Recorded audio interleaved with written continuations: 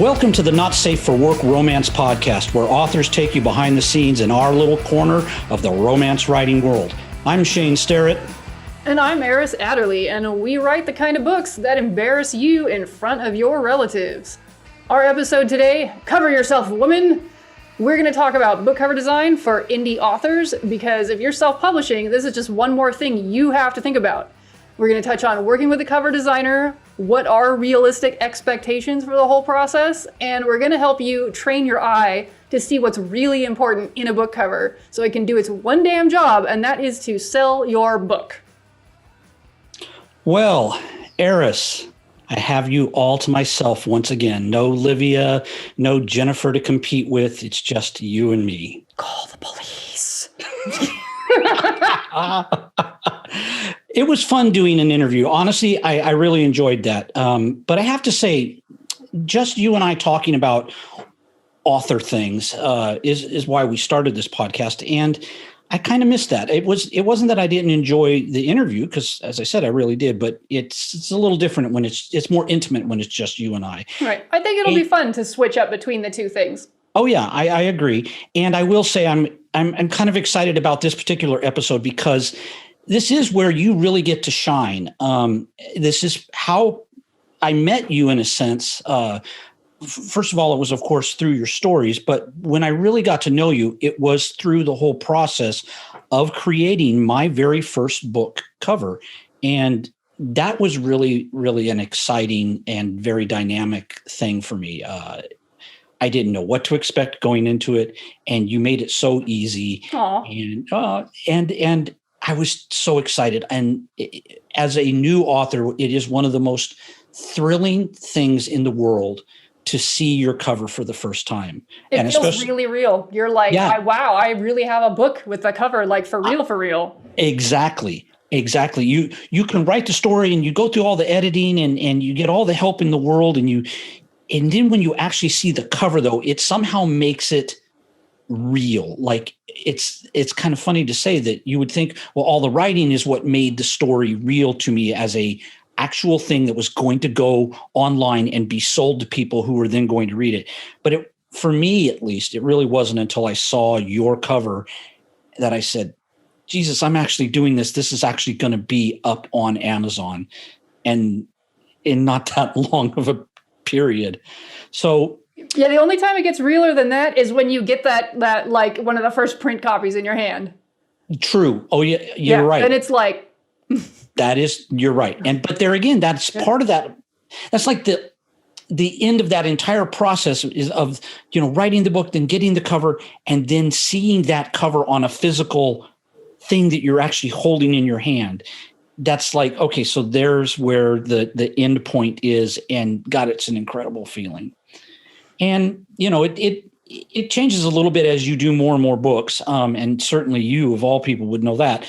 But it's still a little bit of a thrill every time. I mean, even most recently when I saw the cover for Ferris and then actually physically held it in my hand, it was still a thrill. It's still very exciting. Yeah.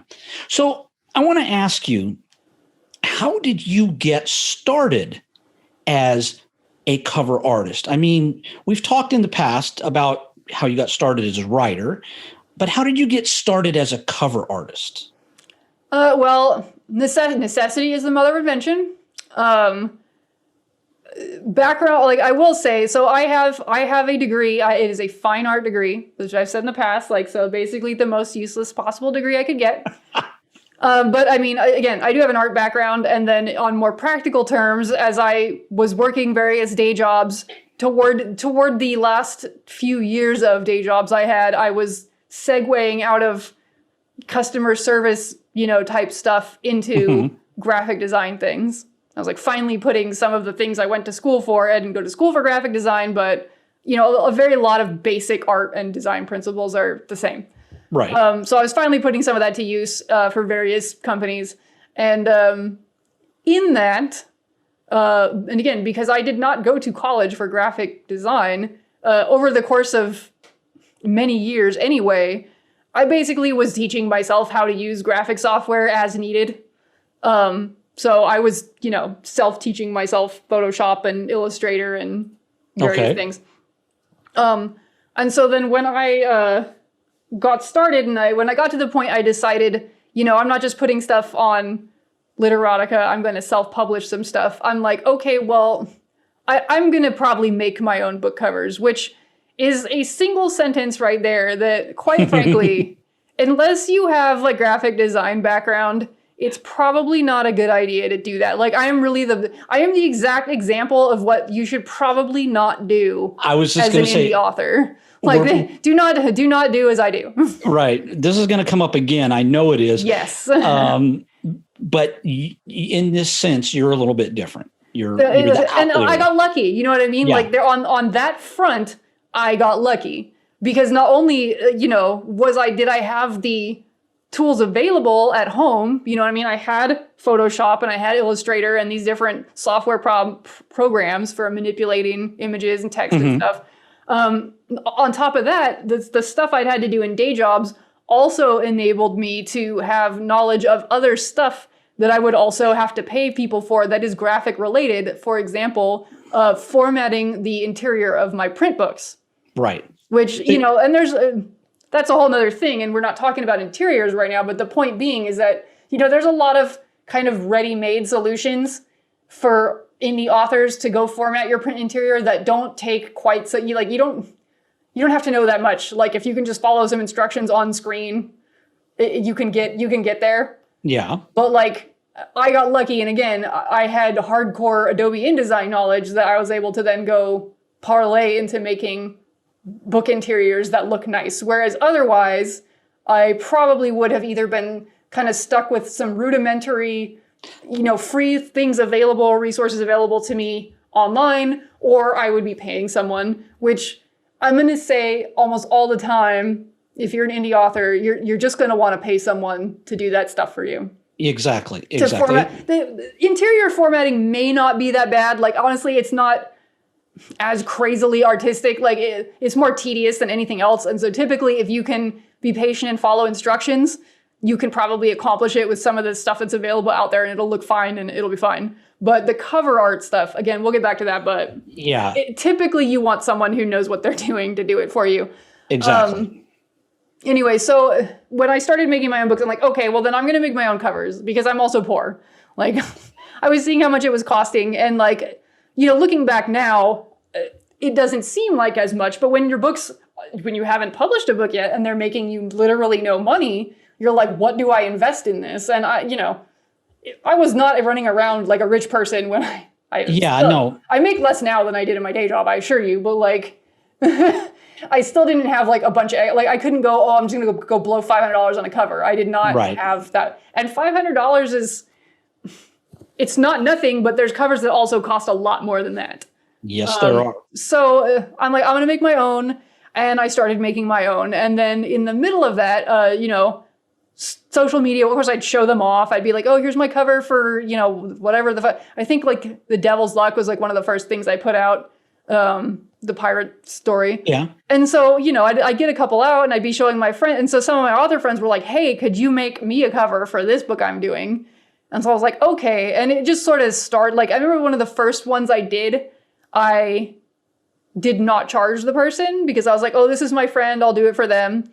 Yeah. But then it was, I kind of quickly realized I'm like, more people were asking. And I'm like, I can't be like the amount of people now asking, I can't do this for free. Right. Like this is going to suck up a lot of night and weekend time. And like, which I would otherwise then be doing stuff around the house or be doing stuff with my husband, time, which already while having a day job was getting carved into with writing my own shit. Right, exactly. My own stuff. So now that I'm doing stuff for other people, I'm like, okay, this needs to justify it happening. Right. Because it's either that or turn people away and say, no, I'm sorry, I can't. Right. And anyone who knows me in person knows that I get very allergic to saying no to people. Yeah, I don't want to say no to people because I'm convinced that if I ever tell anyone no, they're just going to think I'm an asshole and never want to talk to me again. So, right. But I'm like, okay, Right. well, I have to charge some money for this. So that started happening. And it kind of snowballed from there. Like then other people would see I was doing covers and then ask me to do. And then when it got to a certain point, I was like, okay, I got to keep a schedule of these. I can only schedule so many at a time because it's just taking up too much time. Right. And then the good part of it was that when I moved from California to Arizona and basically completely quit my day job to write, I had enough cover art business to make up for the lack of, gap of money in becoming a full-time writer that I would need to make up for, because it was going to take me a while to start making enough from the books to not do book covers.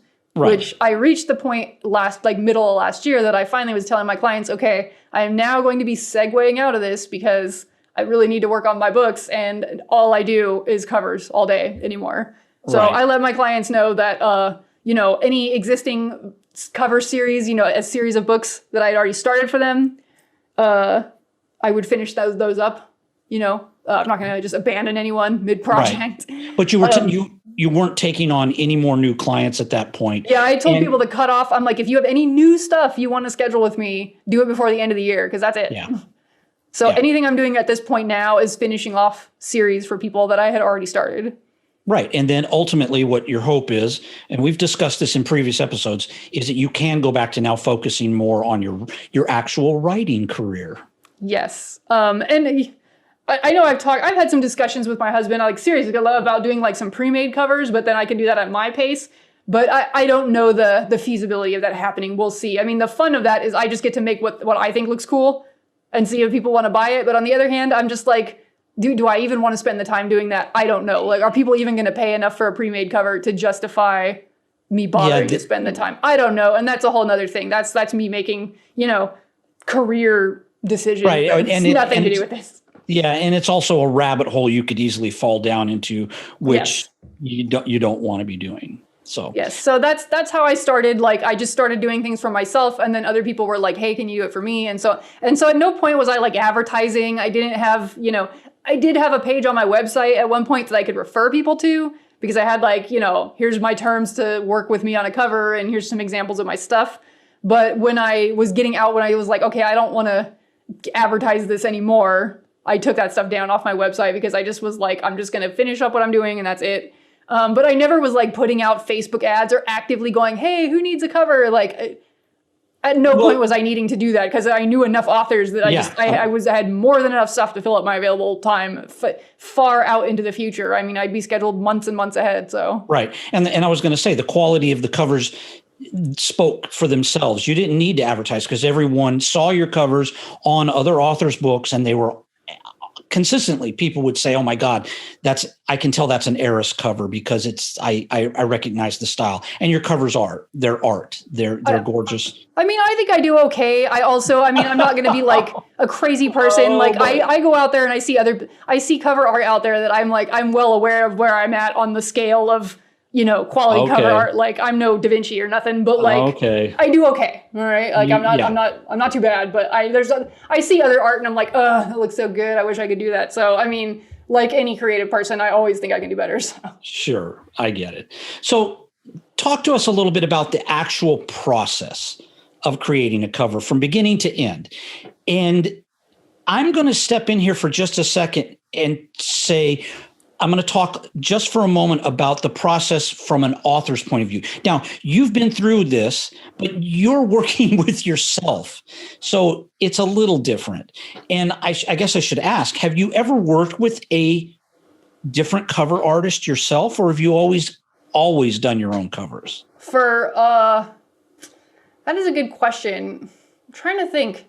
I feel like I was in maybe one anthology that I did not do the cover for. Okay. There might have been more than one. I don't know.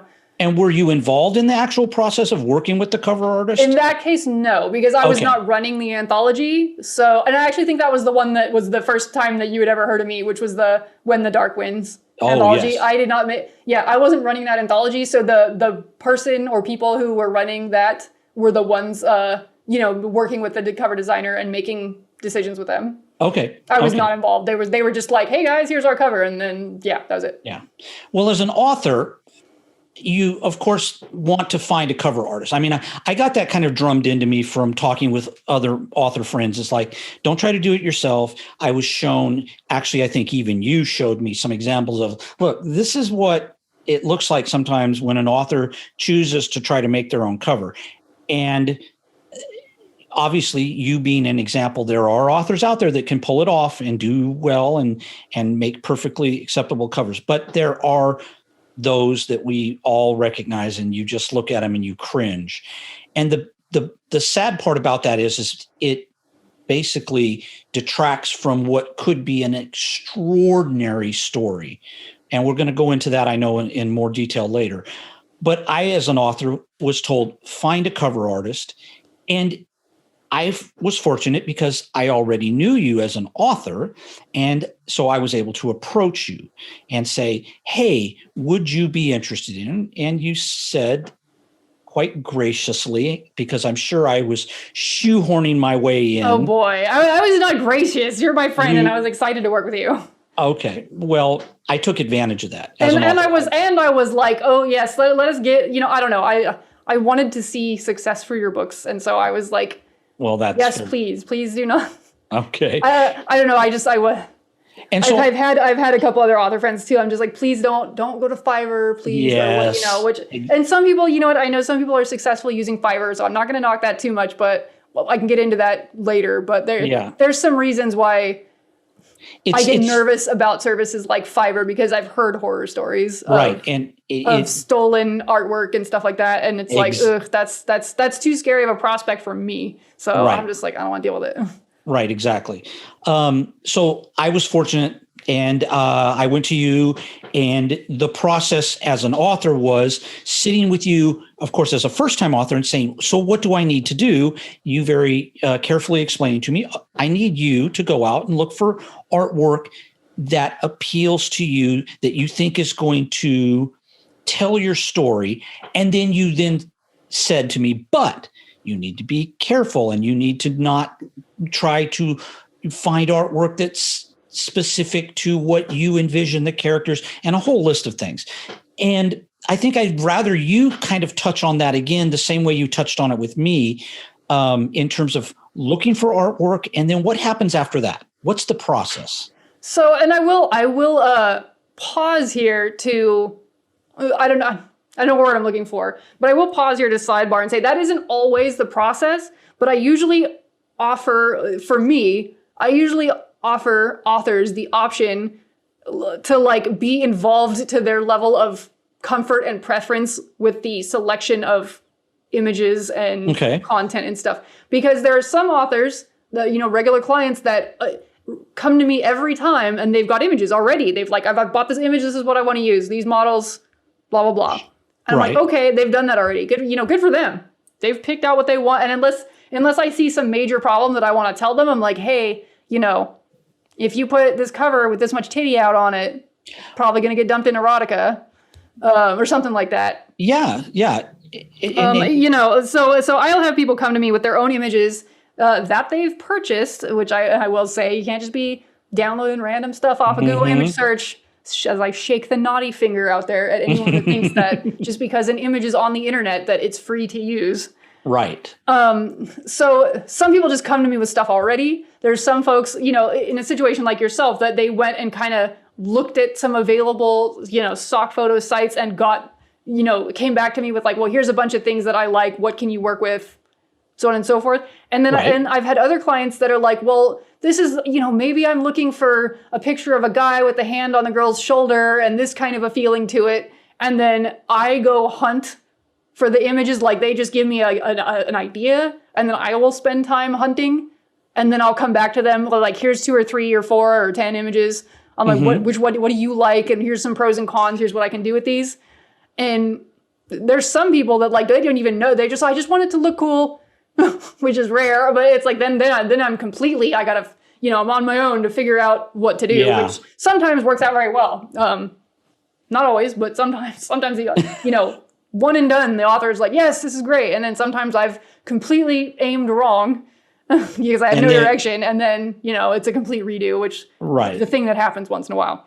So that's just kind of all over the map, that part of the process. And I don't know, I can't speak for other designers. I don't know if other designers always have kind of a very, I don't want to say strict, but a very routine way that they always insist on being involved or not involved to a certain degree. But for me, I just kind of let the author take the lead on how much they want to be involved or not involved with hunting for imagery, if that makes any sense. Yeah, but it starts with the imagery at some, whether you're the one, whether they're giving you free reign to do it, or whether they're coming to you with a list of images that they've picked. Right. It starts with that. And then it starts with imagery and sometimes at the same, interchangeably or at the same time, general concepts.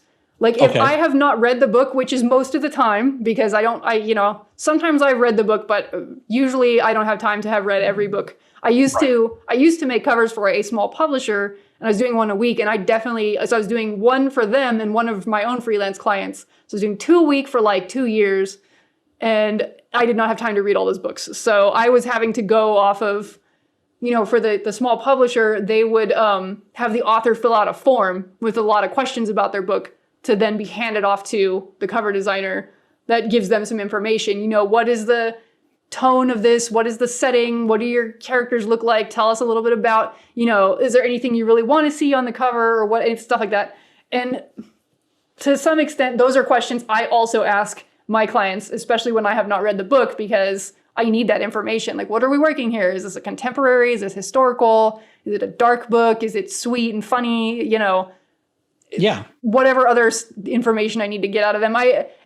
After a while, I had a questionnaire I would send people. I think I might have sent that to you. Yeah, you did, as a matter of fact. So it starts with fact finding. Yeah.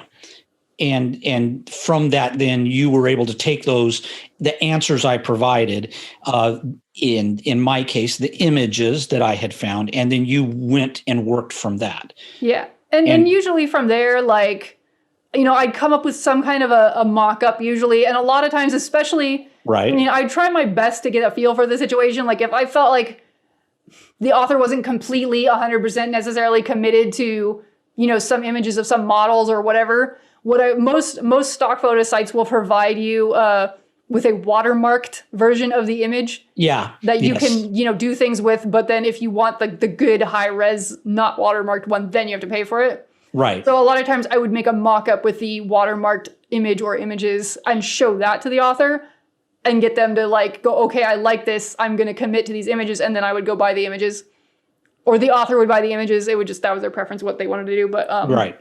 If they already had their own deposit photo account or whatever. Or something along those lines. Right. So, a lot of times, I'd make a mock-up. So, early on, sometimes I'd make more than one version of things. I kind of slowed down on that because as I was doing this, I was kind of discovering that if you give people too many options, things get crazy.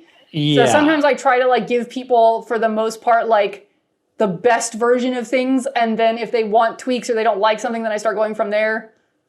It just depends on the situation. But yeah, so you have to suss out the situation. Right. And I do remember actually with both Submissive Lies and Jaded, you did those mock-ups from the watermarked images. In the case of Jaded, I remember specifically there was an image I had picked and then you had found one, and then we went, and I cannot remember which one we went with, but you had mocked both of them up and said, okay, so now take a look at these and tell me what you think. And I think we ended up going with your image now, because I think mine was the one I ended up eventually using in ads, but for the cover. Yeah, there was a couple of different ones. Yeah, that's right. So, okay. So the process is essentially what we just described: images, discussing with the author, and then you create the cover, a little bit of back and forth, and then there it is. Then there's a final product, and then and designers all work differently. I'm saying this to people as if they're going to have to go do this for the first time. Some designers charge you completely up front. Some designers ask for a 50% deposit or something up front. Which I get, because especially if you are a cover designer all the time for a living full time, you're working with strangers and people you don't know, and you can't afford for people to just flake and take the product and run. You know what I mean? So, that's right. No, that's right. Or, have you do a bunch of work and then just go, oh, I don't like it, and then I'm just going with somebody else, and then you've spent hours and hours of your time. So I get that. Me personally, most people I was working with were people I knew, so I just didn't charge people until I was done. But I suspect that is not the common way that people operate. Which would make sense to me, quite honestly. It's a business, okay? And you've got to at least, at the very least, I would think, have a retaining fee, because you don't want to get stuck doing a ton of work. And honestly, maybe you and that author just aren't going to gel, and maybe it just wasn't right to begin with. Yeah. And that's all well and good, but you still should be paid something for the time invested. Yeah. It's a little bit different with everyone, but yeah, most people are going to probably ask an author for some money up front in some way. Right. Okay, so now let's get into the real meat of the matter. What I personally think is the biggest thing that any author or listener can take away from this episode: the why of book covers. We'll go into that, because I honestly think that is the most important thing. As an author, I could sit here and say, oh, it doesn't really matter what you put on your cover. It's the words inside. That's where you put your heart and soul, and you make those words the best. And there's nothing wrong with that. But the reality is, you're trying to sell those words to readers. And the cover, whether we like it or not, or want to admit it or not, is what attracts the reader. It's the very first thing they see. They don't see a single word you've written. What they see first is that cover. So right. And the phrase "don't judge a book by its cover" is so, it's so funny, because we use it metaphorically for so many other things.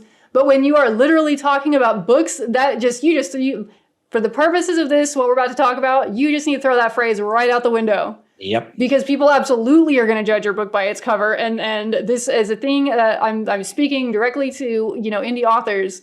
This is a thing you must accept. Yeah. If you if your goal is to sell some books, right? And we've discussed that before, the art versus money spectrum. That's right. You don't care if you make money, then you can put whatever you want on your cover, and if it sells, it sells, and if it doesn't, it doesn't. Right. But if you're like, I gotta sell because I need to eat, then that's what we're going to get into, is the things that when you are working with a designer and they're handing you back a mock-up, or when they're asking you, what do you want to see? And you're saying, I want to see this, that, and the other, that this is now going to tell you what to take into consideration when you're making those judgments. And this is why it is important. This is why your cover is important. So I'm going to turn it over to you. So talk to us about that. All right. So this is interestingly our first kind of visual podcast, because normally, even if on the YouTube version, we just have some graphics up and stuff, but nothing that you're actively needing to stare at while you listen. But I have a presentation. I made this once at a book conference a few years ago. It still holds up pretty well. I've got a lot of examples visually. And I will say before going into it, all the examples are covers that I have done so I would like to have more variety, but when I'm talking about cover art, I need to show you things, and I can't just take anybody's random cover art off of Amazon, and I don't have permission to use, Stephen King's cover or something. So, the variety could be better, but I'm doing my best with what I have done myself that I'm allowed to use. Sure. Okay, so some of this we may have already covered, so I will be skipping past some things. What we'll be covering, so what purpose does the book cover art serve? How does cover art sell books? We're going to talk about how to assess images for cover art. So when you're deciding, should I use this model image or this background or whatever, when you're talking to your designer. Mm-hmm. How to assess typography, which sounds very boring, but it is very important. That's right. And this sounds dumb, because a lot of times an author will think, I'm not the designer. I don't have to care about this. But then where this will come back and bite the author in the butt is that when they're freelance and they're working with a freelance designer, the designer will come back with a mock-up, and the author's like, could you change the title to something more like this? And then the author will show them, oh, I like this font. And the reality is, if the author doesn't have a graphic background, sometimes they might think a font is pretty, but it may be a really bad idea for a cover, which we'll get into. Yeah. And so we're going to talk about how to be the judge of this, like in a more educated way, and not just go, well, I think this looks cool, because one person personally thinking something looks cool is not the answer to how do I make this an effective marketing tool? Right. Okay. So, and I've got I think I've got some resources of things you can go look up here at the end. Okay. You kind of talked about how I got into this to begin with. I was a graphic designer in my day jobs. I am still a cover artist. I just am not taking new clients now. I'm kind of finishing things up. I have a fine art degree. I'm an author myself. So on one hand, that does help, because when some of this is going to be a little tough love when I'm going to be giving people some information that you're not going to want to hear. But I'm telling you this with love from the heart of a fellow author. So I'm not coming at you with this cold, I don't understand. I haven't been there. Yes, I have been there. I have written books. I'm emotionally attached to them. So please know that everything I'm saying is coming from the place of being in your shoes, independent author. Right.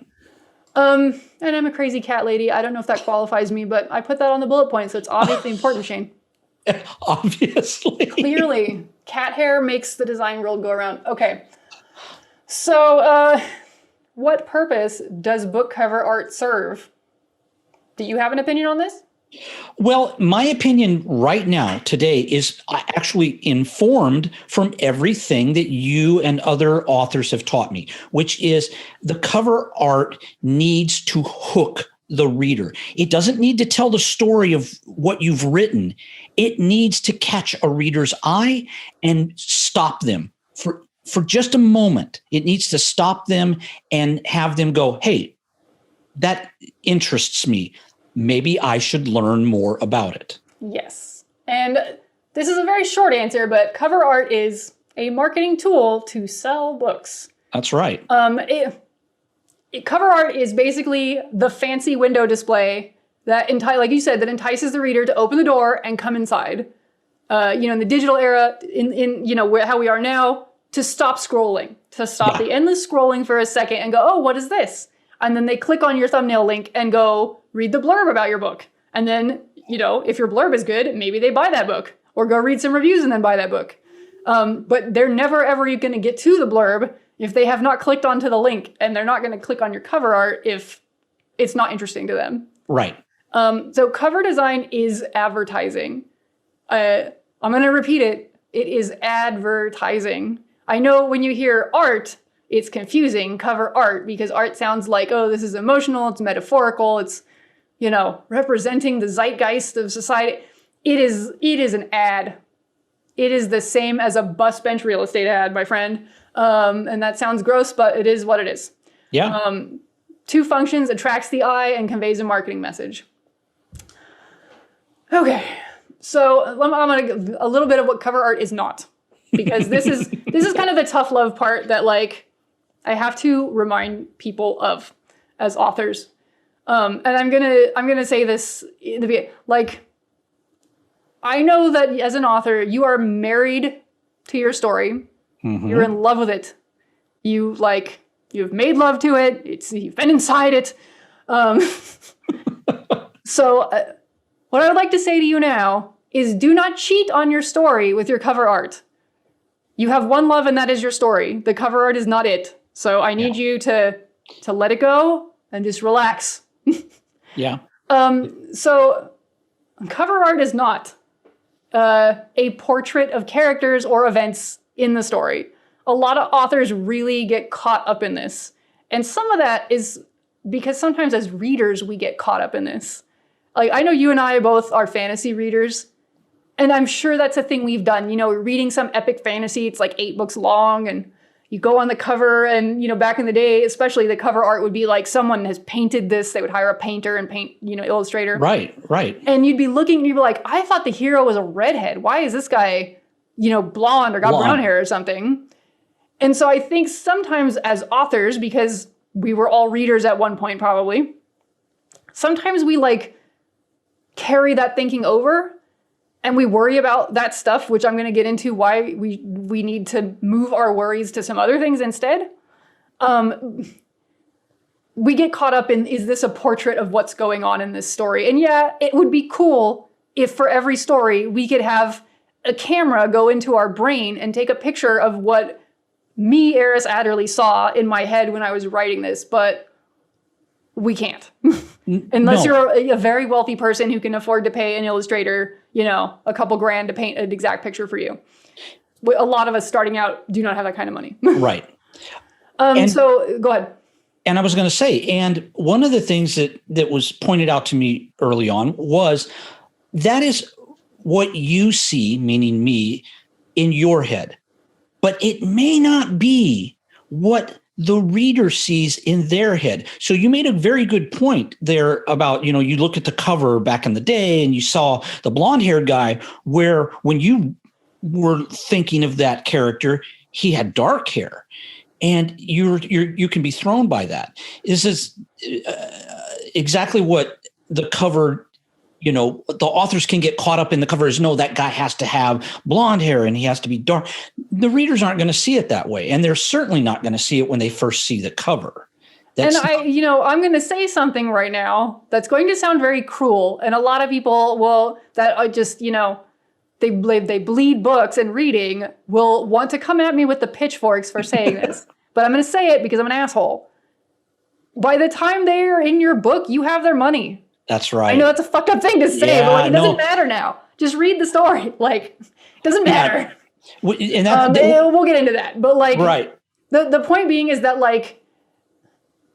I know you, the author, have a picture in your head of every space that the scenes exist in, what the characters look like. And when your reader buries themselves in your book, you're going to build that world in their head too. But that is what your book is for, is to make the readers love your world and want to come back and read book 2 or read another book by you. Right. And that will never happen unless you get them to buy that book. Yes. Your cover is to get them to come into the door. Right. The story is personal, but the cover is business. Yes. Thank you. That is exactly what it is.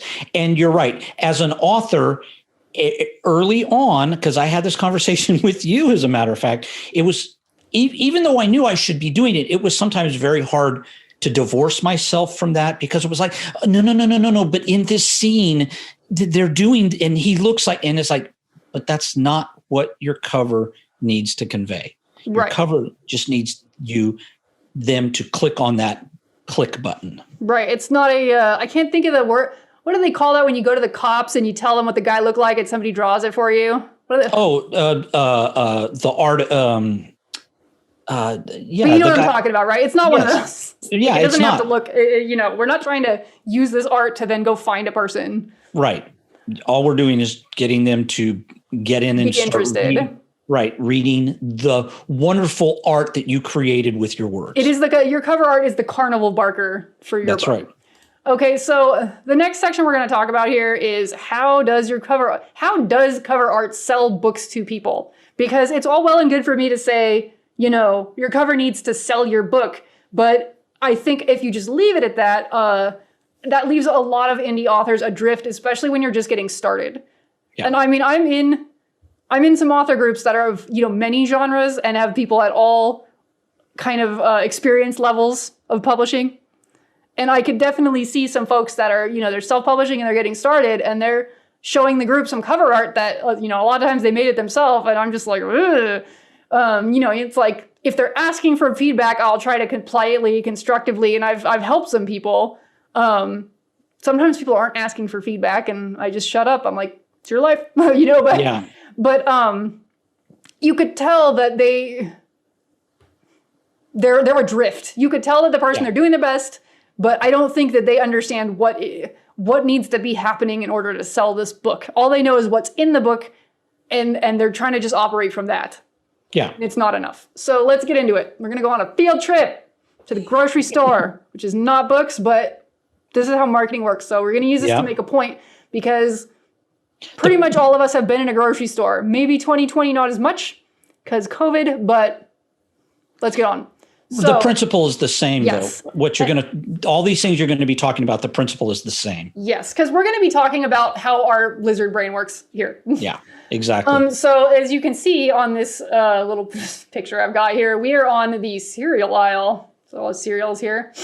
I don't know if we can spot Shane's fake hit. I wonder if anybody can guess ahead of time what Shane's favorite cereal is. I don't know if it'll be. Are you going to call me out? Are you going to call me out? If you want to self-identify if it comes up, then you can. Okay. I won't call you out. I don't want you to be embarrassed. But I'm not giving something silly. I'm not giving it away now. It's going to be crunch berries, isn't it? Okay, so these are. What are we looking at here, Shane? We're looking at boxes of cereal. That is exactly what's in my notes. You are very good. You cannot see my notes, ladies and gentlemen. So Shane is right on. Yeah, I mean, on the pulse. We're looking at boxes of cereal. So I will say I do like Fruit Loops myself. That is the only cereal I will have with milk, by the way. Is Fruit Loops. Is Fruit Loops? Yeah, I don't know why that is. I do not like. I'm on a cinnamon Life Jag right now. Oh, okay. All right. Anyway. I do like Life, but not Fruit Loops. Sorry, you can have all. So how do you know that these are boxes of cereal? Well, okay. First of all, there's cereal, even if it's a cartoon version. Sure. There's cereal on every box. Sure, and I mean that sounds like an obvious question, but like I'm making a point here, people. Like there's pictures of cereal on it. Do any of them have the word cereal prominently on the box anywhere? Not a single one that I can see. I mean, and they might, it might be in some of the smaller text somewhere. I can't, Yeah. Maybe I'm not really seeing it, but yeah, on the special K over here, real tiny. I think there's a laser pointer feature. Yeah. Come here, laser pointer. Look, I can. Woo, isn't that exciting? Okay, yeah, it's a cereal in like teeny tiny font, but obviously they're hitting you visually first. Right. You don't have to have a big giant type the size of the word Life that says cereal for you to know it's cereal because there's literally a picture of cereal. Right. I'm getting paid every time I say the word cereal. Okay. So you know what they are. So now when you go down the cereal aisle at the store, how long do you spend looking at the boxes of cereal? Myself, personally, I don't spend a whole lot of time, honestly. Like almost zero time, right? Yeah. Because you know what you want. You already know what cereal you like. You're there. You're on a mission. You got to get here, and then you got to get on the cheese aisle before all those people get in the way, right? That's right. So I mean, basically, like almost zero time. Like so your eyeballs are you just scan the whole aisle in a big whoosh. You remember kind of what your box of cereal looks like that you always get, and you find it. You zero in instantly. You don't even read the box, probably, and just throw it in your cart because you know what it looks like, and you're on your journey, right? That's correct. Okay, so. Moving on to the next point. Oh, it does. If apparently, Shane, if you're using the laser pointer tool, it does not click to the next slide. So we're just going to go with that. Okay, so what are these? Now these are cereals from either Japan or Korea. Sure, and again, how do you know that's what it is? Because there is cereal on each and every one of these. It sounds so corny, but like I'm going to belabor this point because there are pictures of cereal on them. Yeah. So like I asked on the previous slide, do any of these have the word cereal prominently on them anywhere? Well, they might. I don't speak any of these languages. They might, but I seriously doubt it. I mean, I do. It's obvious that it doesn't matter where you are in the world. These kind of marketing things are pretty universal. Right. And to the point, I don't speak any of these languages. I can't read any of these words, but I still know they're cereal because of that there's pictures of cereal on there. Right. Now, the point I've horrifyingly belabored is that images are more important than text. Images are more important than text. Yeah. It's why when you go to cross the street, there is in at least the US, the symbols might be different elsewhere. There's a picture of a walking man for go and a raised hand for stop. There might be also text versions, but there is almost always a picture. Yeah. Because our brain reads images and colors faster than it does words. We just process that way quicker. Now, I will say typically, because the world is neurodiverse, okay? So I realize I'm not speaking for 100% of the population, but let's go with most of it, people are generally processing things visually very, very, very quickly, like unconsciously, before they're processing words. Right. And again, it's why I can show a picture of a horse to people all over the world and they think horse and they don't need the word horse. It just comes to them. Right. It is also, for a lot of people, why color-coded systems, you can find things faster than things that only have text labels. Yeah. All right. So cover art is going to indicate to potential readers, and that means complete strangers a lot of the time, the genre and the tone of your book. So a complete stranger is supposed to be able to look at your cover and know more or less what they're going to get on the inside of that book. Is it going to be romance, suspense, horror? Is it funny? Is it serious? Fiction, nonfiction? Like, they need to tell that in an instant just by looking at it, not even reading the words yet. So as an indie author, unless it's your very first book and you don't know anybody, like let's say you're 2 books in or something, your existing readers and people who are your fans, they already know you and they love your work and they follow you on social media. Those people don't need to be hooked quite so hard by your covers the way that a stranger needs to be, because those people already love you. Right. They're like your mom. They're going to say you look good. Yeah. So they're going to buy your book anyway, probably. Right. They're your super fans. They're already going to buy the book. They're telling you one click in your Facebook groups and whatnot, even before you've shown a cover. They've already... The super enthusiastic people that have gone on Goodreads and listed your book and it's not even out, like, relax. Those are the people. Yeah. Your cover does not need to sell to those people. It needs to sell to strangers on the internet. Strangers who might be interested in what goods you have to offer. Yep. So, and I will also do, I'll give the caveat that the lesser well-known you are, and generally when we all start out as indie authors, nobody knows who the hell we are. That's right. People still don't know who the hell I am. And I have at least a little bit of a following. My cover has to do way more work than Stephen King's book cover. Okay. Mm-hmm. All people need to see is that they could just have a white cover with black letters that just said Stephen King and literally nothing else. And people would buy it because they're like, ooh, what's in here? They already know what they're going to get. Right. But they don't know crap about me. So my cover has to do a bunch of work. And we're going to talk about that work that it's going to do and how to get it to do it. Right. And please interrupt me if you have questions or this brings up a side thought or what have you. Sure. Because I get to talking. So first we're going to talk about, as I said, it indicates to potential readers the genre and tone of your book. So genre, and I'm sure I copied this definition from somewhere, a category of artistic, musical, or literary composition characterized by a particular style, form, or content. Genre. And I've got some examples of book genres, and we're going to narrow it down. For example, bio, self-help, fiction, or history. I've highlighted fiction because fiction will then have a bunch of, there's more than just these, but these are some subsets of fiction: mystery, romance, sci-fi, thriller, horror, fantasy, historical fiction. There's more, but I've highlighted romance since this is the Not Safe for Work romance podcast. And I copied these out of Amazon like a couple years ago and I made this. And this was just a bunch of subcategories of romance. I won't read all these, but you get the point. Yeah. These are book genres and they're becoming more and more refined. And here's vampires as a subset of romance. Immediately, if I say vampire romance novel cover, it is probably going to conjure up some different images in your head than if I say clean and wholesome romance novel cover. Right, exactly. Right. So already we're visual. Visual is happening without even having to think about it. Right. Even with this visual that you're showing us right now, simply being words, we're already, as readers, visualizing things in our head. And you've been, and because of other books you've read and things you've seen, whether you're in a bookstore, you're scrolling online, you're already being trained by your genre to look for certain cues to indicate this is my genre that I like. So, and to prove the point, I'm going to go through some cover images and just name off the genre you think they are, because we're making the point here. Okay. So name that genre. What are we looking at here?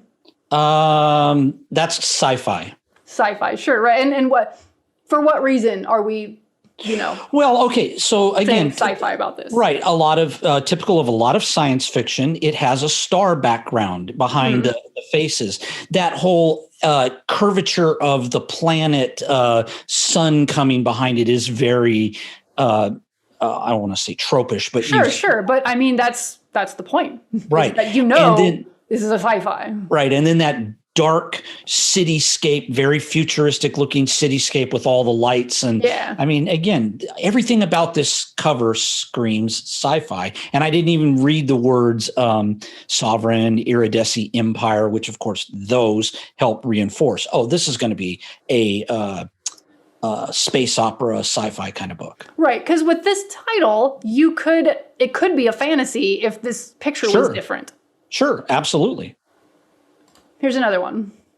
Oh, this is a historical romance. This is Bridgerton. That's a reference, of course. Probably a Knowing Golden Angel, probably a much more dirty one.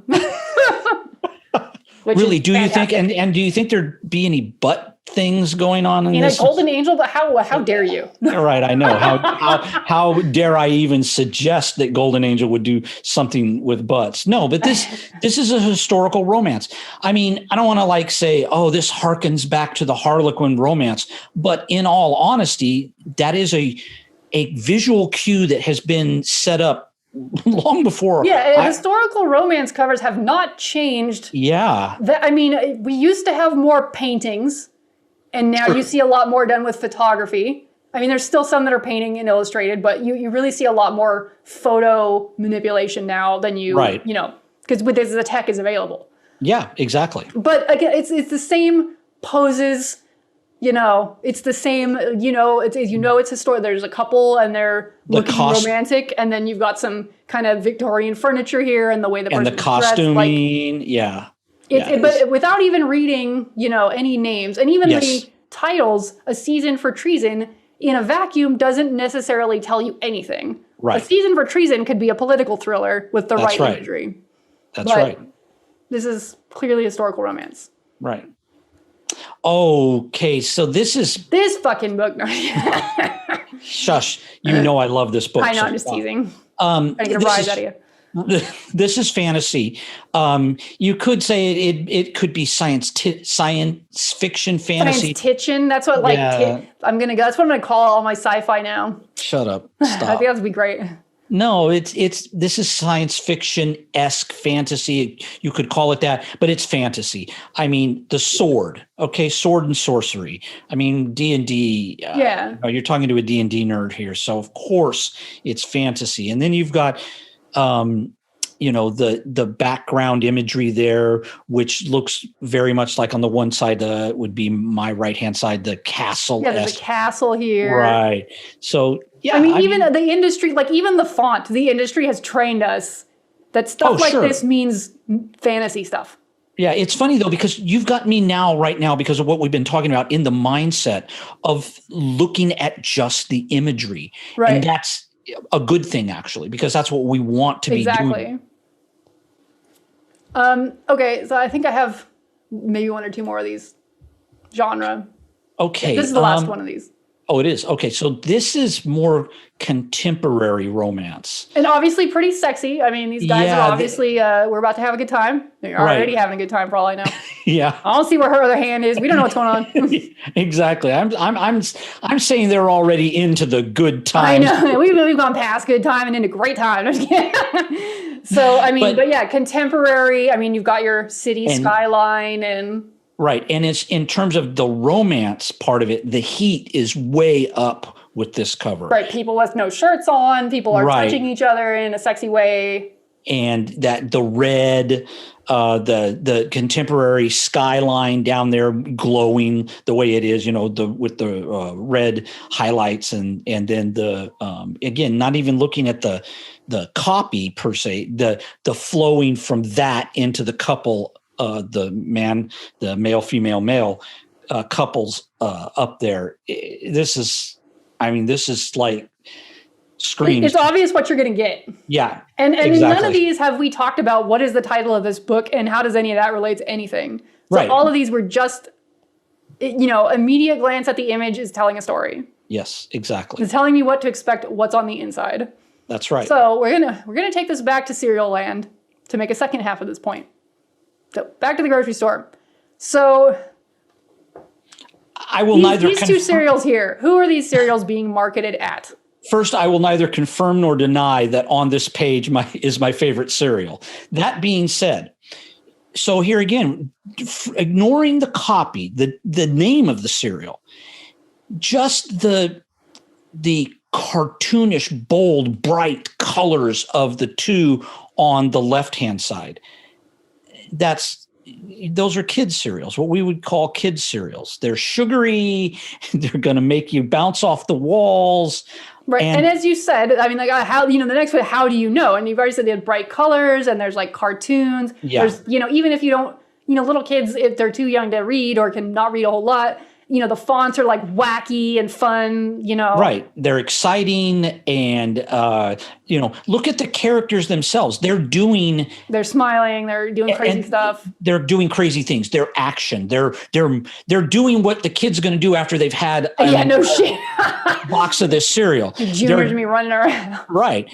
And then now we move to the right-hand side. Yeah. And so these are clearly marketed. They're adult cereals. To grown people, which apparently we're all sitting here very soberly doing our taxes while we eat our cereal. Right, and we're having a very look at the cereal sober on the breakfast. Right, the cereal on the kids' side is like exploding out of the bowl. On our side, it's contained. Okay, stay in the fucking bowl. There's a rope line to get out of the bowl. Exactly, like a bank. You got more subdued colors. Yes. More traditional fonts. You know what I mean? This is a very chill serif font. Like, ooh, we didn't capitalize this one. Look at us being fucking wacky and contemporary. That's the best we can get over here. Edgy and millennial. So these are the same genre, all of these things, because they're all cereal, but they are different tones because this is kid cereal and this is responsible grown people cereal. Right, exactly. So that is where we get into tone. So when you're talking about your book, the tone is like the general character, quality, or trend. That's, just a generic definition of tone. So here's examples of tone when you're talking about a book. So I just threw up a bunch of tones that might be in a different, even romance books that we are looking for. Well, right. A lot of these terms do apply very much to tones in romance. And all these you could have romances in each one of these, and they're all romance, but a dark romance is going to look a lot different than a sassy kind of funny, like the one underneath of it. Right. And it's important that the cover convey that. The cover needs to say this because someone who is looking for this sweet romance, and then they end up picking up this, dark. You're gonna get a 1-star review. That's or right. A return, or people bashing you on Goodreads, whatever. Yeah. You want your book cover to attract the people that are gonna like it, and I don't want to say repel, but at least be like, oh, this is clearly not what I'm looking for, to the people who definitely don't want to read what you have. Right. So comparing tones, and I just had a couple of examples. And again, as I said earlier, all the covers I'm using here are mine that I made for authors because I can use those images and not get in trouble. And not worry about lawsuits. Exactly. If my friends sue me, I'm going to be very sad. No. Okay, so we're comparing tones of these two books. These are both romances. They are. They're both romances. I happen to know both of these authors. And very clearly, the one on the left-hand side by Golden Angel, you can tell it's sassy. It's going to be light and fun. And you just know that you're going to have a smile on your face. At probably no point in this book are you going to be gripping the cover in fear. You're not going to hear a noise in your apartment and crap yourself. You know what I mean? I mean, unless that's your paranoid life to begin with, but. Right. This is everything about this cover screams. It's like love, light and pink, and there's a honey badger. That sounds funny. Right. And then you go to the right-hand side, Dare Me by Felicity Brandon. And even without the dare me, even without the words, even if you cross your eyes and kind of squint and make them fuzzy. And I only mentioned the words also because there are elements, I want to say artistic, but there are visual elements in the actual words. I made the words to suggest flames and smoke and stuff. And so it's all dark. It's and dark. Like there's this beckoning hand and some flame. And then there's some elements that like, you know, kind of say, oh, maybe there's some weird like arcane occult stuff going on here. Sigils or not a pentagram, but you know, that sort of like maybe this hand belongs to a dude who's a warlock. I mean, we don't know. I have not. Honestly, her book sounds right up my alley when she was telling me what it's about, so I should probably read it. But like, I don't know because I have not read this book. But based on her describing it to me when we had conversations with her as my author client, I was able to end up with a cover that is representing the kind of things that a reader can expect in this book. Right. The imagery that you guys worked out works for the tone of her book. And as a reader who hasn't read it, I can look at that and say, I'm not going to get light, fluffy, big grins across my face. Maybe I will in a couple of places in the book, but I'm expecting if I read Dare Me that I'm going to be tense at times. Yeah, and if I'm I'm in the mood for a super angsty read that's exactly. Gonna and then I'm like, oh, I'm picking up this book. I'm like this. Maybe I don't want sweet and funny, and I'm just like, oh, I'm all like, I'm edgelord, and I want this. So right, well, and as readers, sometimes that's what we want. That's exactly. Not everyone is looking for romance to always be sweet and light. Well, there's huge markets for both of those types of books. Exactly. Okay, so here's another tone comparison as well. So we've got this one. Doesn't matter what they're called because we're looking at tone. Right. So So the tone on the left-hand side is clearly very rugged and manly, masculine. It's very masculine, and it's gritty. And I'm going to say because the guy's got dog tags, the image of the man, he's got dog tags. So he's a military guy or ex-military. I mean, even if I don't read the text, like the claw mark effect through it's like something bad has happened. Like you expect. This guy's got he's a brooding guy. He's seen some shit. Like this guy's seen some shit, and I would even go so far as to say, and he's going to protect the woman he loves. He's going to stop the bad guy from getting to maybe, her. or even maybe he's an anti-hero or something. Definitely something gritty is happening in this book, probably. Okay, or that's the assumption. If I haven't read the book, obviously I know the authors because I made their covers. But if I didn't know better, these are the assumptions I would make. Right, from the imagery on the cover. And then you move to the right-hand side, and it's dark. Okay, there's dark elements there, but it's still the kind of like glow behind the characters. And look at her face.